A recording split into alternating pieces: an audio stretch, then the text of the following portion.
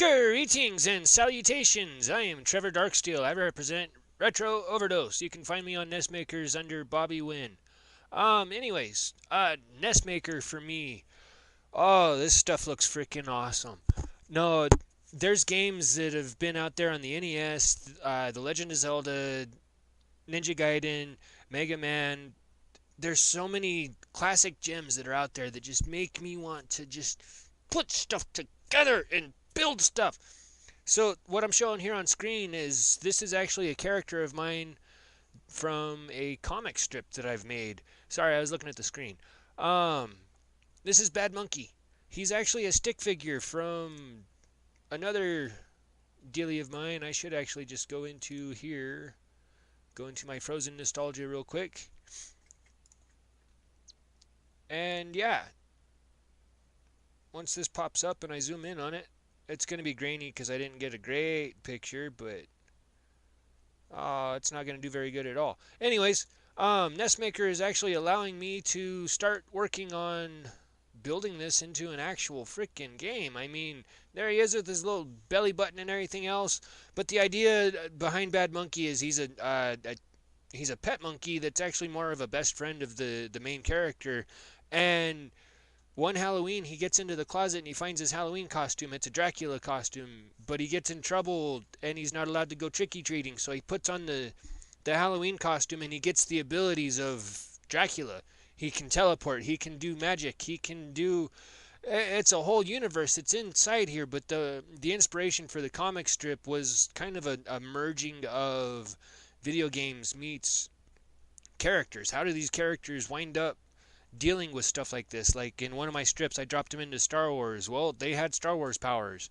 Another one I actually did, it went down, and I was trying to retell the chronicles of King Arthur and Merlin through my comic strip. But what NESMaker is allowing me to do right now is I can build all the assets. What I greatly like is that I can make my own musical assets. I can make my own sound assets.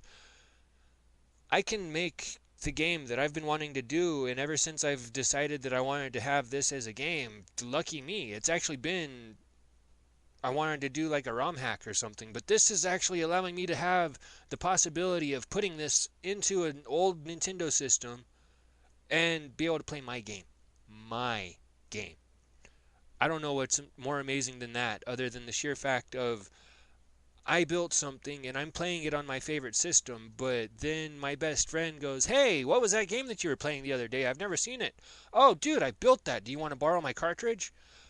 That, to me, is what makes NESMaker so much better than some of the other editors that I've...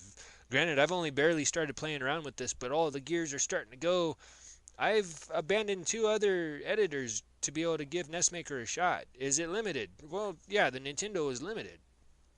But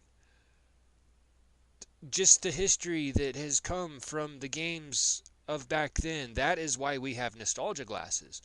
But yeah, honestly, this is the only asset that I've made. I'm only 2 weeks in and I'm already having a freaking blast. Not to really stretch out the thingy or anything, but I've got nice little notebook and stuff, and I'm using this for all of my dev notes.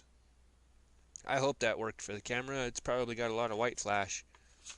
But no, it's a design document journal, and everything that I've been building on for years and years and years, I can finally start coming together and put frickin' what I want to build together. And honestly, the selling factor is once you're done making it, you flash it on a cartridge and plug her into the TV, and you're having it old school. That is what makes me a fan of this program.